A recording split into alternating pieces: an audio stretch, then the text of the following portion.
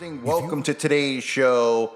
I figured I would cover Ukraine again because it's been a few weeks since I've covered Ukraine, and there's a lot of stuff going on, obviously, in Ukraine. You know, like the hunt for Zelensky that apparently is going on. That's what we've been told, that they're trying to find Zelensky, that they want to take Zelensky down.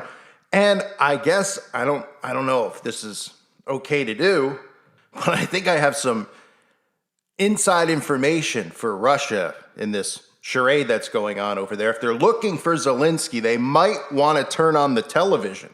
They might want to look around, I don't know, anywhere you see news stations, because if you actually search for how many interviews Zelensky has given in the last 2 months, it's pretty mind-boggling to believe that people actually think he's on the battlefield, or pretty mind-boggling to think that the Russian troops are searching for him specifically, and he's the one that they want to get to, when it's pretty easy to find him. Where's he been? Well, he was at the Grammys and gave a speech there.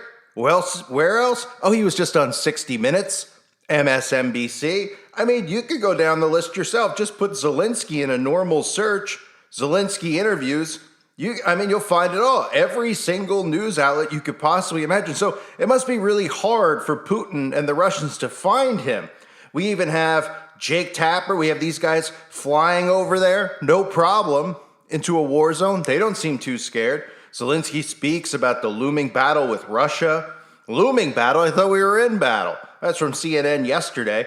Zelensky warns Putin may use nuclear weapons.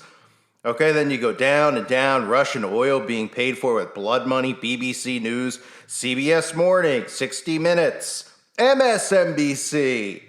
Zelensky speaks about his children in a CNN interview.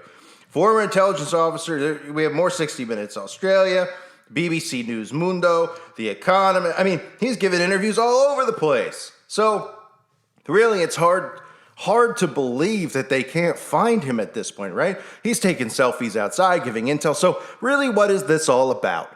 Right? That's what people just go, I don't understand what it's about then. Well, it's about land seizing, but of course, this is about the rest of the world and creating things that they can use as excuses for what they're doing to the rest of the world.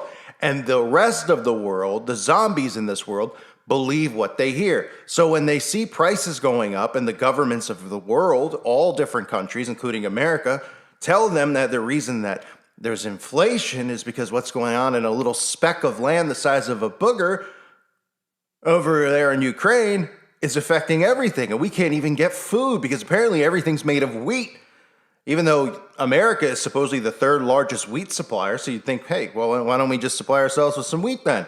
Take care of ourselves. See, this is the problem that people don't seem to understand. They don't know what nationalism is because they've been indoctrinated with globalism, even though the end goal is to, pretty much have everyone accept globalism. And of course, the zombies think that globalism is a good thing because they think it'll end war and it'll bring peace, when in reality, there isn't any war going on. Well, I'm not saying that people aren't being harmed in Ukraine, but I'm saying wars in general are all a show started by central intelligence agencies, governments around the world working together because they want people to live in fear and then eventually accept a world government as the answer, of course, with the Antichrist at the helm. Now, another thing I wanted to show everybody is somebody on the website, acallforanuprising.com, by the name of MZL953 posted this out. And I hadn't thought about this or seen it, but it's very haunting about how people are fact-checking that Zelensky and Soros are related. Some say a cousin. To me, it looks like a direct son. Look at this here.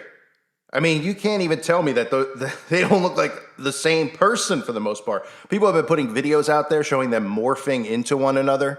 I don't know if you've seen some of those. Where, it's like you look at it and you say to yourself, well, all of these people who are put in these positions are stage puppets. Zelensky, of course. I mean, you would think that the basic common knowledge of the common public would make them just use common sense and say, wait a minute, this guy was an actor. He had no background whatsoever and was placed. He was placed in charge of Ukraine after playing the president of Ukraine on television. And these people are so dumb that we live amongst, they actually think that's a coincidence. And they actually are like, wow, that's incredible. That's a heroic story. Maybe I'll become president one day. That's what these people think. Just like they think they're going to be the next, Justin Bieber. These people actually believe that.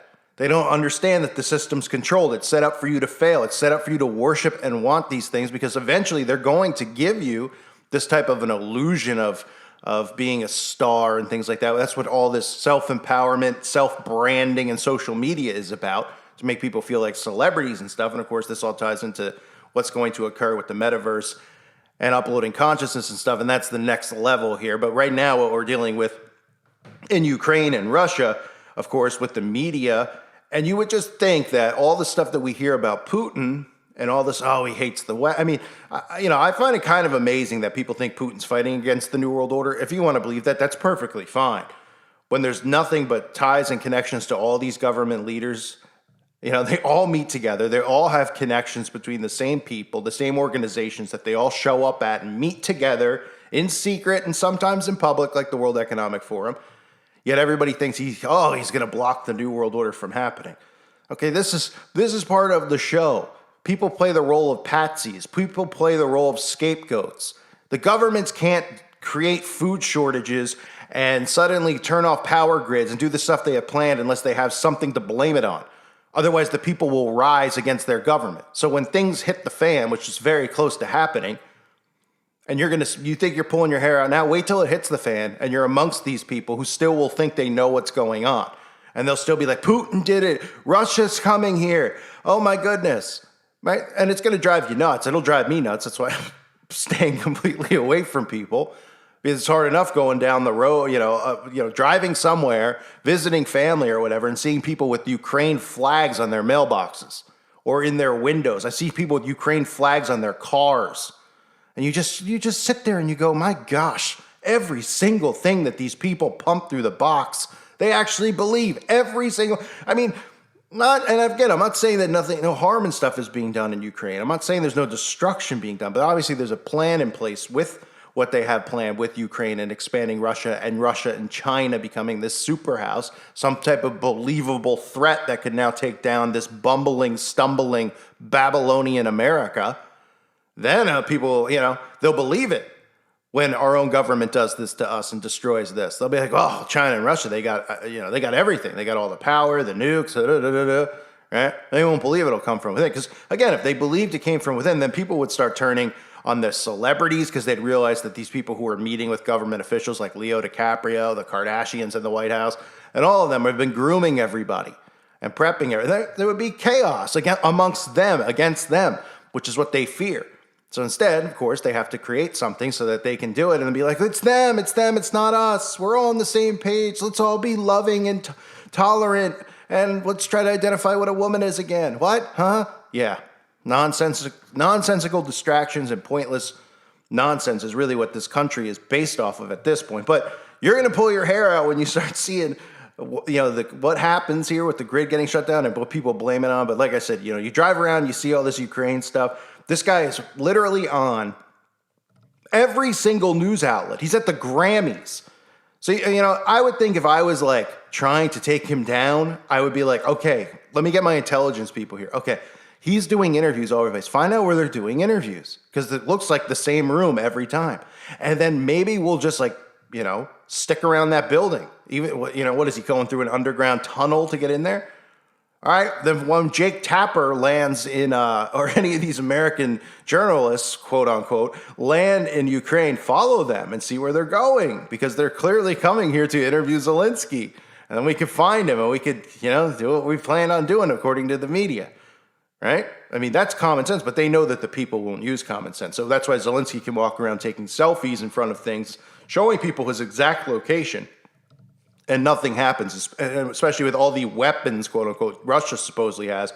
They can't do anything, right? They can't say, this is the building he's been, hanging around doing interviews in. Let's point something at it. No, they just scratch their heads and because they don't want really anything to obviously occur to Zelensky until it's time when they, we'll see the next step of the plan where they, make him this heroic symbol of freedom and hero, because that's eventually what this is leading towards. But anyway, You can see in the picture too, like I showed earlier. I just wanted to make sure people saw a connection here with Soros because these are the people who fund all these things.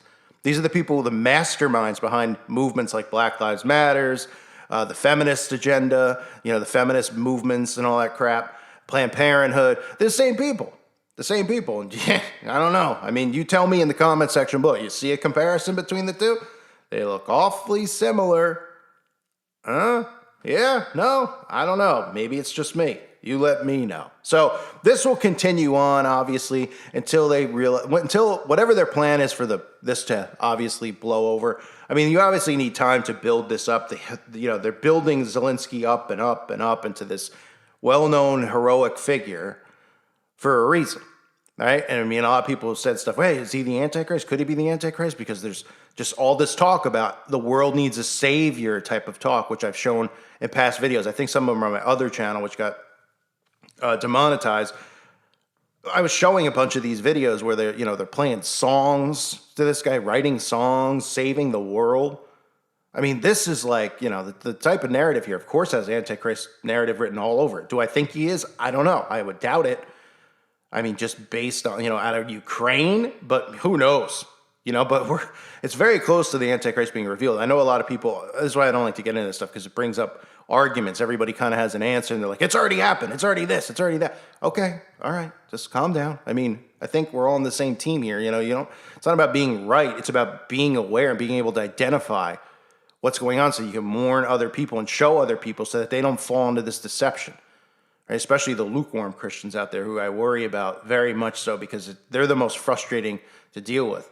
And then people think lukewarm means like, oh, they're like casually going on Sundays and stuff. But a lukewarm Christian could have very strong faith, but they're lukewarm because they don't understand what's going on in the world, and they get misled by their pastors who tell them to get the magic potion, who tell them to, put Ukrainian flags in their mailboxes and be all about love, tell them to accept the LGZ, right? It's sad to see. It's disappointing to see, because you would think they'd be more, vigilant and aware, but a lot of lukewarm Christians want to believe everything is happy and good, and that's why a lot of them don't like this channel, because they feel like I'm negative. And I understand that I am very negative, but that's not an act. That's just me being me. I'm being aware. People are like, well, this is just causing people, you're just saying stuff and it's causing people to be depressed. Look, I'm trying to make sure people know what's going on so they don't get sucker punched in the side of the head when it all happens. Because I know what's coming, and a lot of people know what's coming, and a lot of people out there don't know. And I'd rather, look, if I'm the bearer of bad news, go, so be it. This is how I am in my everyday life. I'm telling it like it is, the way I see it, and it don't look good.